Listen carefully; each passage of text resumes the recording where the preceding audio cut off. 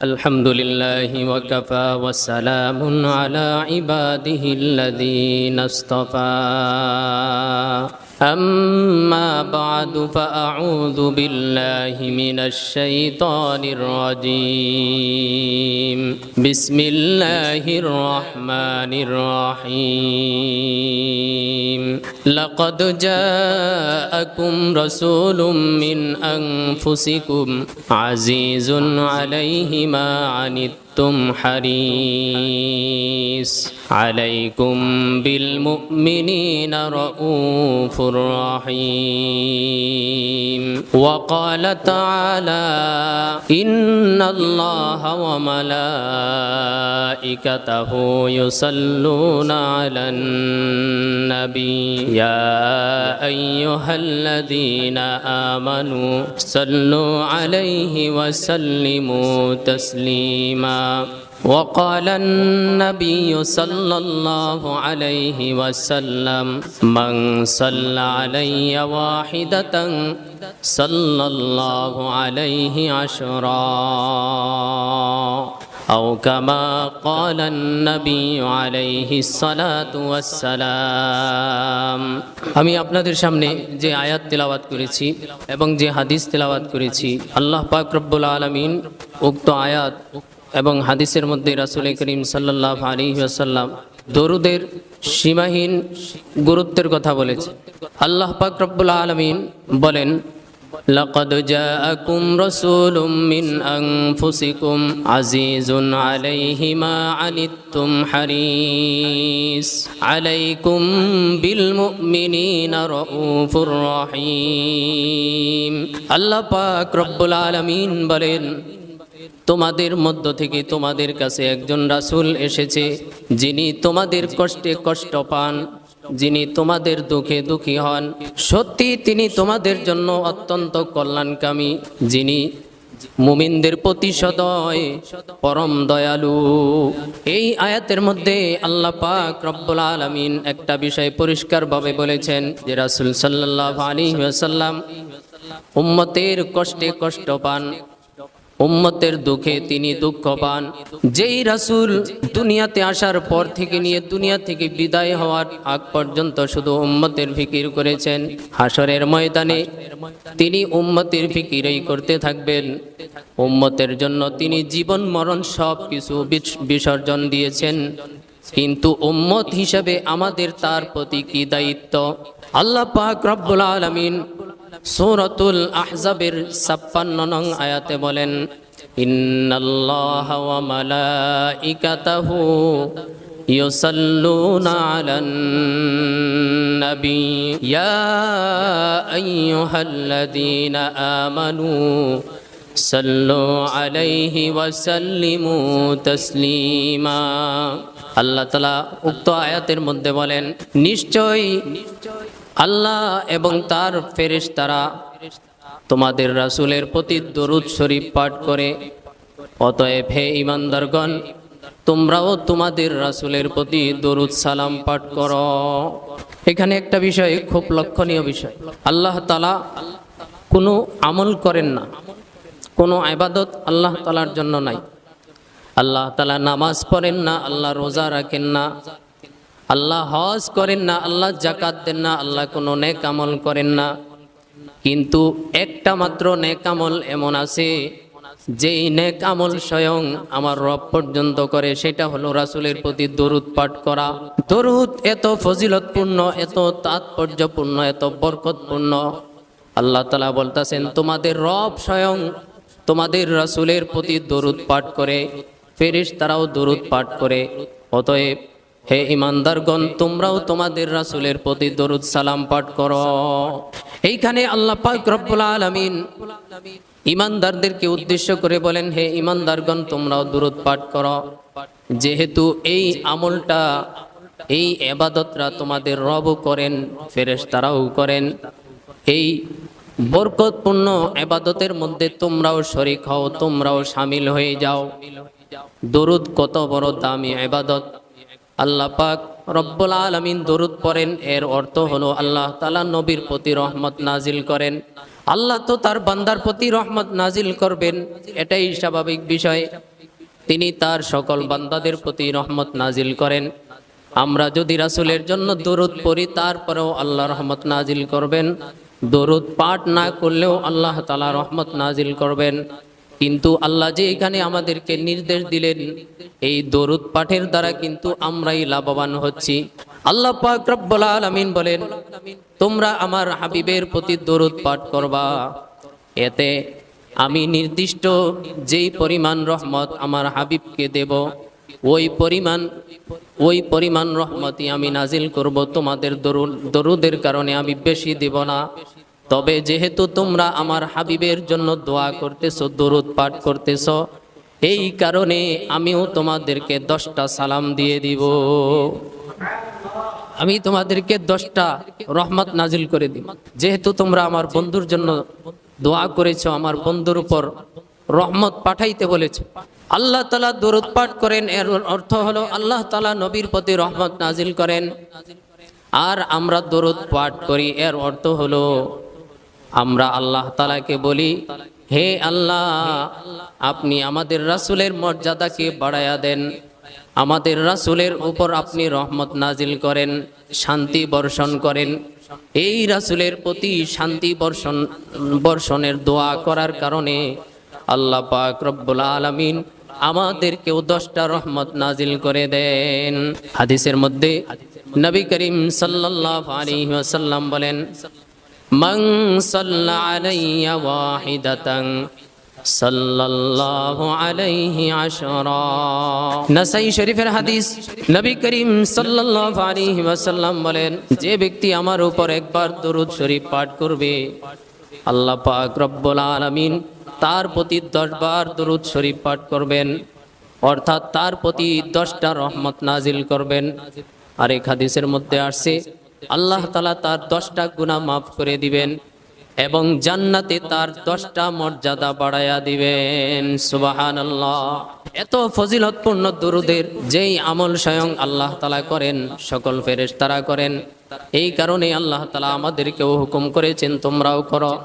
এই বরকতপূর্ণ আমলের মধ্যে তোমরাও শামিল হয়ে যাও।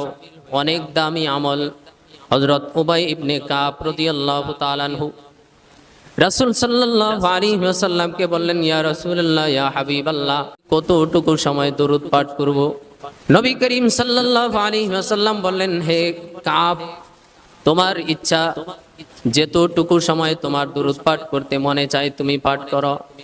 উবাই ইবনে কাব বলেন, আমি আমার 4 ভাগ সময়ের 1 ভাগ সময় আপনার দরুদের জন্য নির্ধারণ করলাম।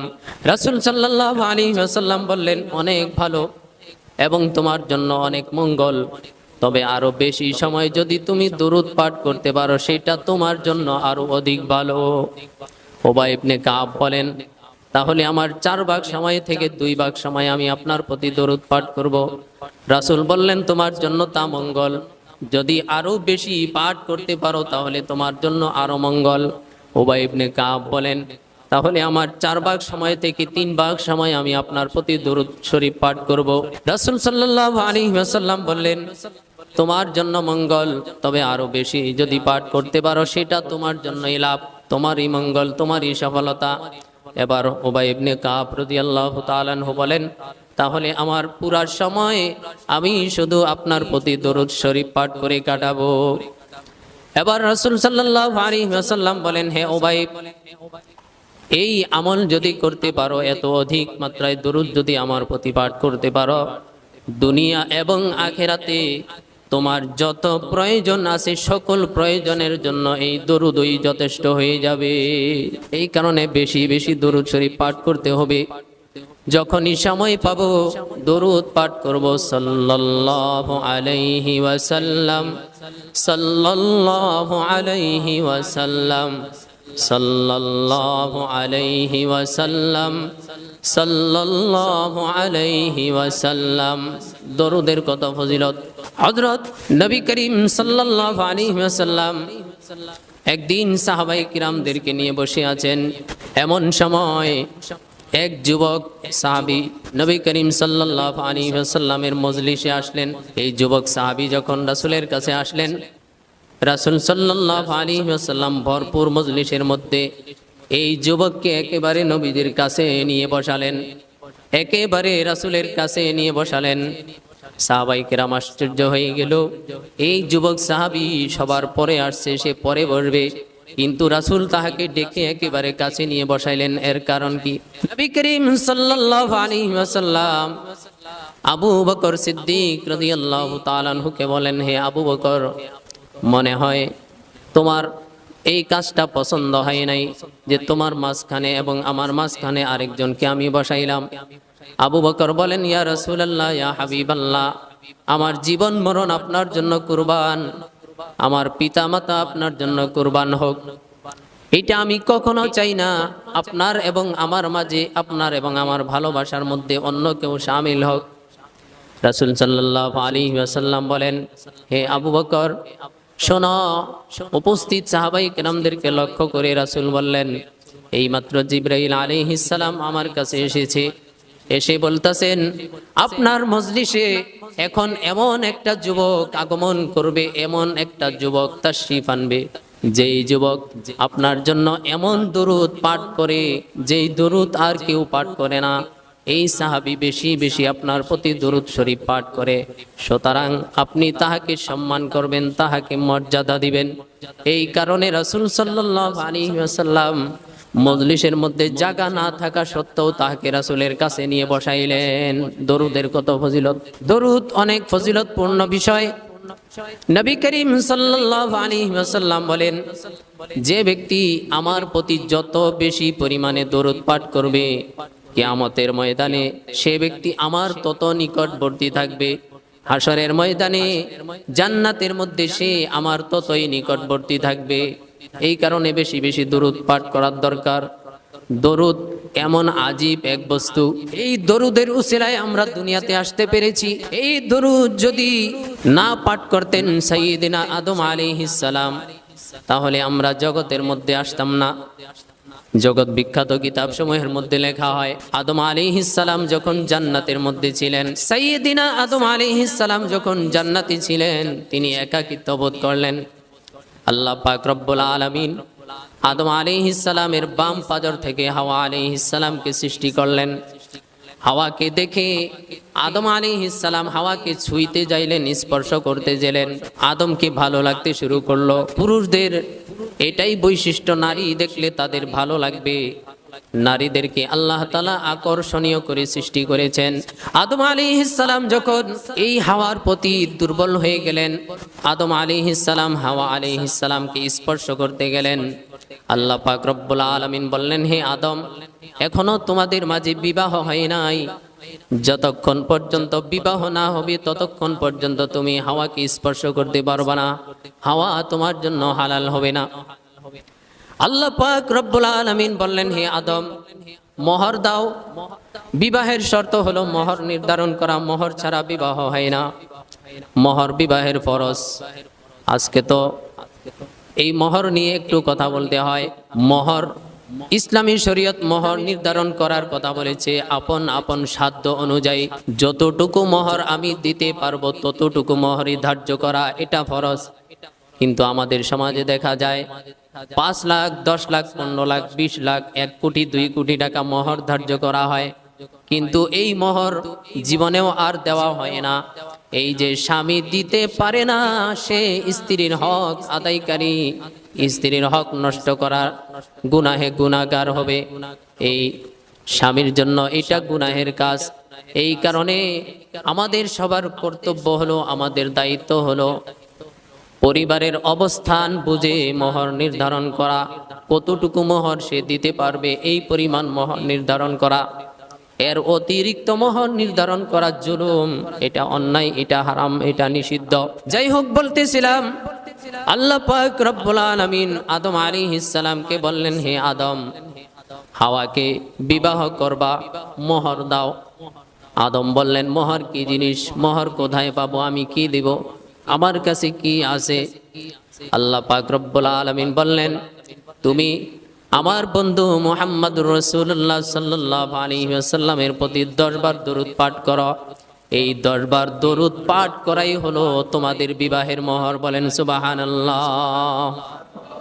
এই দরুদ এখন আমি বলতে পারি, আদম আলাইহিস সালাম যদি দরুদ পাঠ না করতেন তাহলে আমরা দুনিয়াতে আসার সুযোগই পেতাম না। এই দরুদের খাতিরে আদম আলাইহিস সালামের বিবাহ হয়েছে, এই দরুদ মোহর নির্ধারণ করি, আর এর বিনিময়ে আমরা দুনিয়াতে আসতে পেরেছি। তো দরুদ কত তাৎপর্যপূর্ণ বিষয় দেখেন। দরুদের আরেকটি অলৌকিক ঘটনা আমি আপনাদের সামনে উপস্থাপন করছি। আল্লামা ইবনুল জাওজি রহমাতুল্লাহি আলাইহি তার কিতাবের মধ্যে লেখেন, একদিন ইমাম শাফি রহমাতুল্লাহি আলাইহি একবার হজ করতে গেলেন। ইমাম শাফি রহমাতুল্লাহি আলাইহি হজ করতে গিয়ে দেখেন এই হজের মধ্যে এক খ্রিস্টান পাদ্রী কাবা শরীফ তাওয়াফ করতেছে। ইমাম শাফি রাহমাতুল্লাহি আলাইহি ওই পাদ্রীকে ডেকে বলেন, তুমি না খ্রিস্টান, তুমি কাবা কেন তাওয়াফ করতে এসেছো? ওই পাদ্রী জবাব দেয়, হে ইমাম শাফিঈ, আমি এখন আর খ্রিস্টান নই, আমি এখন ইসলামের অনুসারী হয়ে গেছি, এই কারণে কাবা শরীফ তাওয়াফ করতেছি, আমি মুসলিম হয়ে গেছি। ইমাম শাফি রাহমাতুল্লাহি আলাইহি বললেন, কিভাবে তুমি মুসলিম হলে? বহুদিন তোমাকে ইসলামের দাওয়াত দিয়েছি, ইসলাম ধর্ম গ্রহণ করার কথা বলেছি, তুমি করো নাই, কিন্তু আজকে কোন কারণে তুমি ইসলাম ধর্ম গ্রহণ করেছো আমাকে বলো। ইমাম শাফি রহমতুল্লাহ আলাইহি বলেন, ওই খ্রিস্টান পাদ্রী তাহাকে বলল, আমি একবার সামুদ্রিক সফরে বের হই, জাহাজে করে সামুদ্রিক সফরে বের হই, মাঝ সমুদ্রে যখন আমরা পৌঁছে যাই এমন সময় ঝড় তুফান শুরু হয়ে যায়। ঝড়ের আঘাতে পানির ঢেউয়ের কারণে এক পর্যায়ে আমাদের জাহাজ ছিন্ন বিচ্ছিন্ন হয়ে যায়।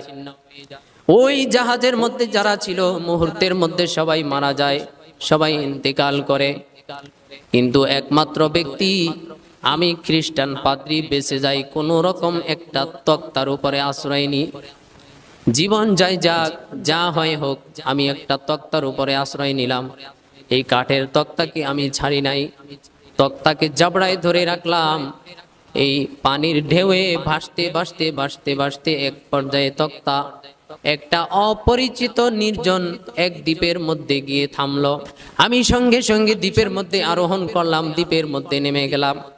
এই দ্বীপের মধ্যে নেমে দেখি দ্বীপের মধ্যে কোনো মানুষ নাই, মানুষ বলতে একমাত্র আমি। এই দ্বীপের মধ্যে নামার পরে এই দ্বীপটা দেখে আমি মুগ্ধ হয়ে যাই। এই দ্বীপের মধ্যে দেখি সারি সারি ফুল ফলের গাছ, পাশে ঝর্ণা দ্বারা প্রবাহিত। আমি খেয়াল করলাম, মনে মনে ভাবলাম, যতই বিপদ হোক আপাতত কয়দিন এইখানে ফুল ফল খেয়ে, এইখানের ফল মূল খেয়ে থাকা যাবে, আর পানিরও যেহেতু সচ্ছল ঝর্ণার ব্যবস্থা আছে, এই পানি পান করেও খাওয়া যাবে, কয়েকটা দিন আপাতত কাটানো যাবে।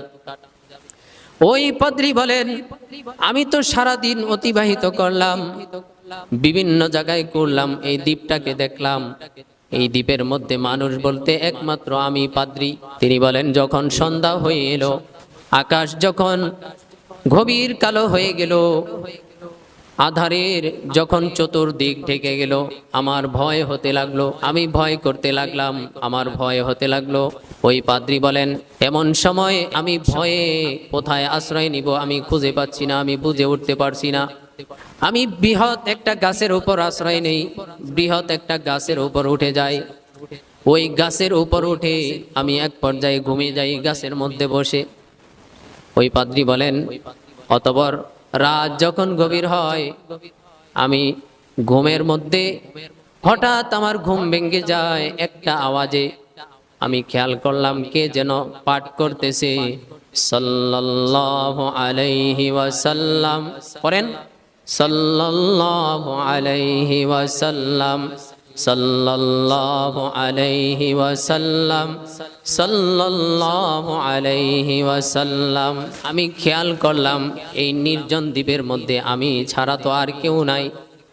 তাহলে এই যে আওয়াজ বেশি আসতেছে, এটা কিসের আওয়াজ, এটা কে পড়ে? আমি আওয়াজকে অনুসরণ করে চললাম ওই আওয়াজের দিকে।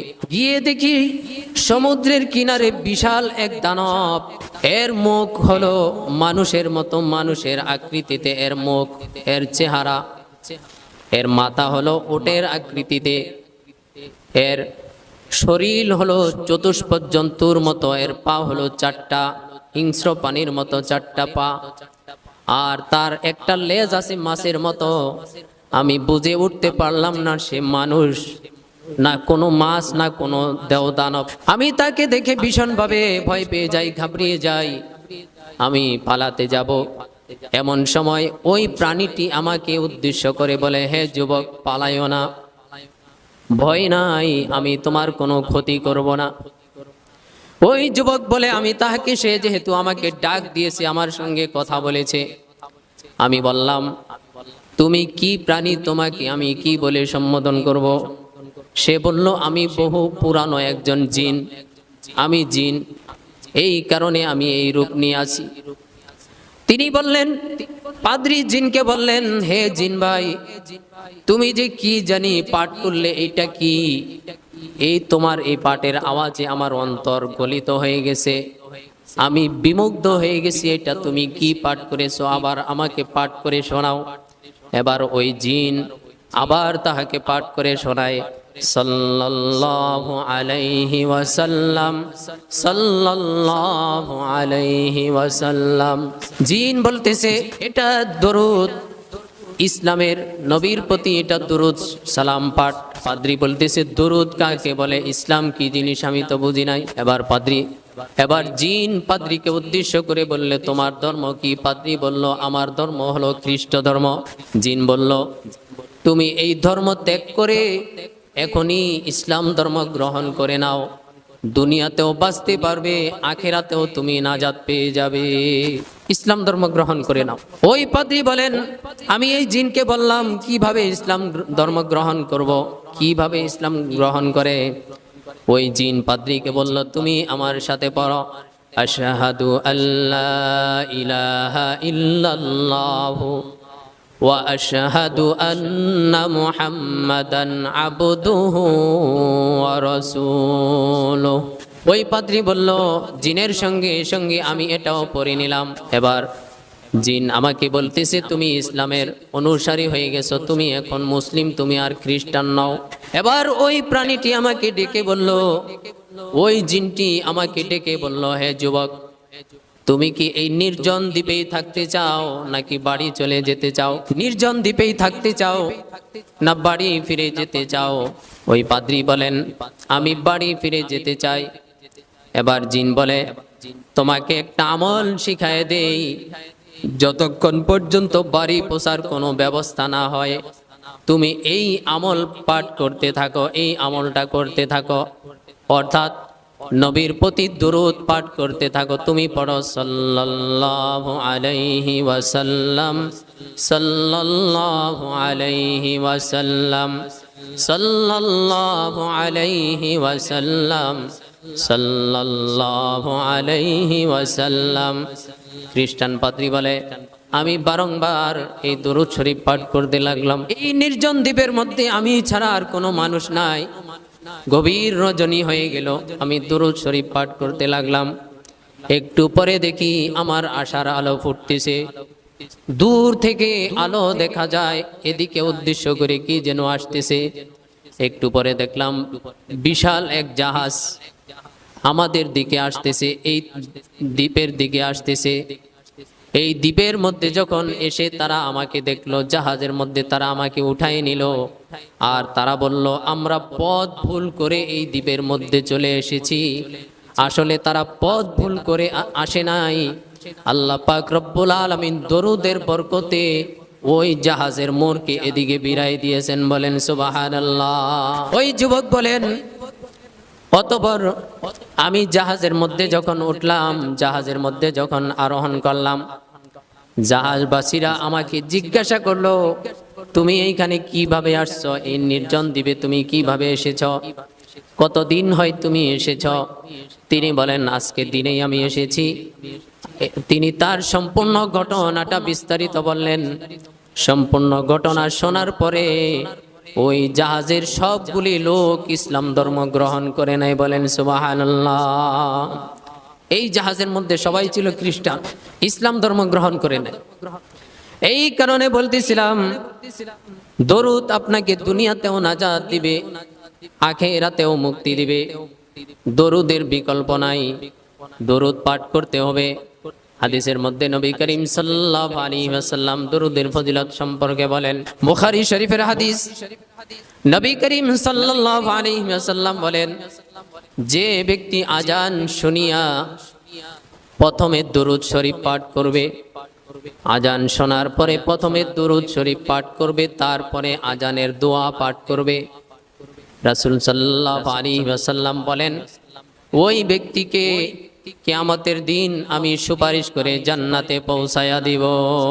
ওই ব্যক্তির জন্য সুপারিশ করা আমি রাসূলের জন্য ওয়াজিব হয়ে যায়, কারণ সে আমার প্রতি দরুদ শরীফ পাঠ করেছে। এবার বোঝেন দরুদ কত ফজিলতপূর্ণ। আর আজানের যেই দোয়া, এই দোয়ার মধ্যে বিশেষ করে আমরা রাসূলের জন্য একটা জিনিস চাই। রাসূল এই কথাটাই বলেন, যে ব্যক্তি আজান শোনার পরে আমার প্রতি প্রথমে দরুদ শরীফ পাঠ করবে, তারপরে আমার জন্য মাকামে মাহমুদ কামনা করবে, আমি রাসূল কিয়ামতের দিন হাশরের ময়দানে তাকে সুপারিশ করে জান্নাতের মধ্যে প্রবেশ করায়া দিব। এই কারণে আজান যখনই শুনবো, আমরা আজান শোনার পরে প্রথমে দরুদ শরীফ পাঠ করব, তারপরে আজানের দোয়া পাঠ করব। বিনিময়ে হাশরের ময়দানে নবী মুহাম্মদুর রাসূলুল্লাহ সাল্লাল্লাহু আলাইহি ওয়াসাল্লামের সুপারিশ আমরা লাভ করতে পারবো। যে যত বেশি পরিমাণ দরুদ শরীফ পাঠ করবে, রাসূল সাল্লাল্লাহু আলাইহি ওয়াসাল্লাম ওই পরিমাণ তার জন্য সুপারিশ করবেন, ওই পরিমাণ তাহাকে আপন করে নেবেন। হাদিসের মধ্যে আসছে, যখনই বান্দা একবার দরুদ শরীফ পাঠ করে, বান্দা যখনই দরুদ শরীফ পাঠ করে, দুইজন ফেরেশতা দৌড়াইয়া সোনার মদিনায় চলে যায়, আর বাবার নাম সহ বলে, অমুকের পুত্র অমুক আপনার প্রতি দরুদ সালাম পাঠ করেছে, আপনি অমুকের পুত্র অমুকের পক্ষ থেকে দরুদ সালাম গ্রহণ করেন। কিতাবের মধ্যে লেখা হয়, বান্দার দরুদ পাওয়ার পরে, উম্মতের দরুদ পাওয়ার পরে রাসূল সাল্লাল্লাহু আলাইহি ওয়াসাল্লাম সঙ্গে সঙ্গে উম্মতের সালামের জবাব দিয়ে দেন। বলেন সুবহানাল্লাহ। রাসূল থেকে আমরা সালামের জবাব পাই, সেটা পাওয়ারও একমাত্র মাধ্যম হলো দরুদ। এই কারণে দরুদের বিকল্প নাই, দরুদ পাঠ করতে হবে। দরুদ যদি না পাঠ করি তাহলে আমাদের কি ক্ষতি? দরুদ যদি পাঠ না করি তাহলে আমাদের ক্ষতি হলো। রাসূল সাল্লাল্লাহু আলাইহি ওয়াসাল্লাম বলেন, ওই ব্যক্তি সবচেয়ে বড় বখিল, যে আমার প্রতি দরুদ পাঠ করে না এবং যার সামনে আমার নাম নেওয়া হয় কিন্তু সেই কৃপণতা করে তার মুখকে নাড়ায় না, আমার প্রতি দরুদ শরীফ পাঠ করে না, সে সবচেয়ে বখিল। আর বখিল ব্যক্তিরা জাহান্নামে চলে যাবে। বলেন নাউজুবিল্লাহ। এই কারণে দরুদ যদি পাঠ না করি তাহলে আমরা জাহান্নামে হয়ে যাব। দরুদ সীমাহীন ফজিলতপূর্ণ।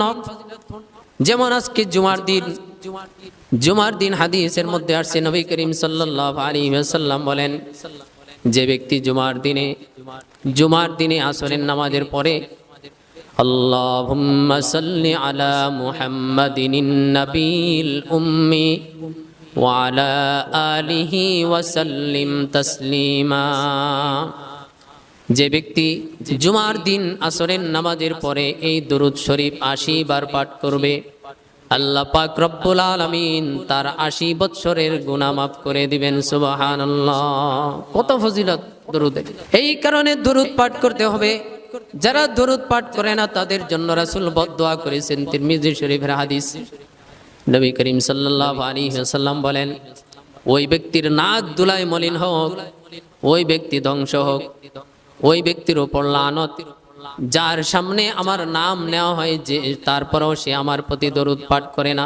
অপর হাদিসের মধ্যে নবী করিম সাল্লাল্লাহু আলাইহি ওয়াসাল্লাম জিবরাইল আলাইহিস সালামের এক বদদোয়ার কারণে আমিন বলেছিলেন। যেমন আমরা সবাই জানি, আমি রমজানের মধ্যে অনেক সময় হাদিসটা আপনাদেরকে শোনাই। হাদিসের মধ্যে এসেছে, নবী করিম সাল্লাল্লাহু আলাইহি ওয়াসাল্লাম রমজানের এক জুমার দিন যখন মসজিদের মধ্যে তাশরিফ আনলেন, তিনি মিম্বরের 3টা সিঁড়ির মধ্যে যখন আরোহণ করলেন, 3টা সিঁড়িতেই তিনি আমিন বলেছেন।